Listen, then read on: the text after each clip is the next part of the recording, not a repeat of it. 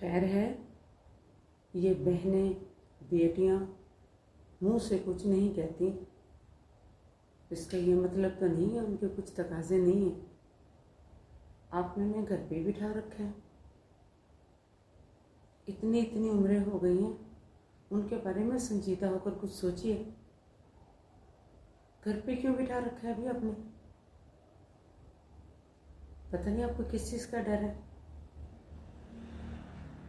کیا وہ جو کما رہی ہیں کسی اور کو دے دیں گی؟ تو یہ بھی آپ کی بڑی غلط فہمی ہے۔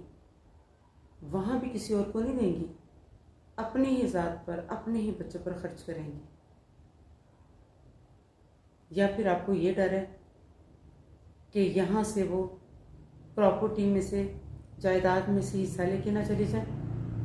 اللہ کے بندے، وہ حصہ لے کے چلے جائیں گی، وہ کسی غیر کے پاس تو نہیں جائے گا نا، آپ کی بہن کے پاس ہی رہے گا، اسی کے نام رہے گا۔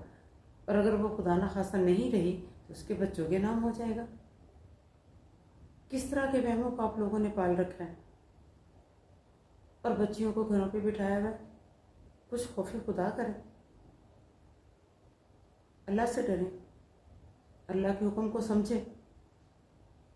اتنی اچھی نیک پیاری بچیاں ہیں، لیکن آپ کی کوتاہی، غفلت اور منفی سوچ کی نظر ہو رہی ہیں۔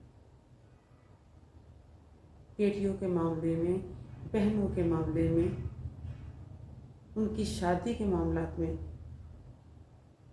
اور ان کی جائیداد کے معاملات میں اللہ سے ڈریے۔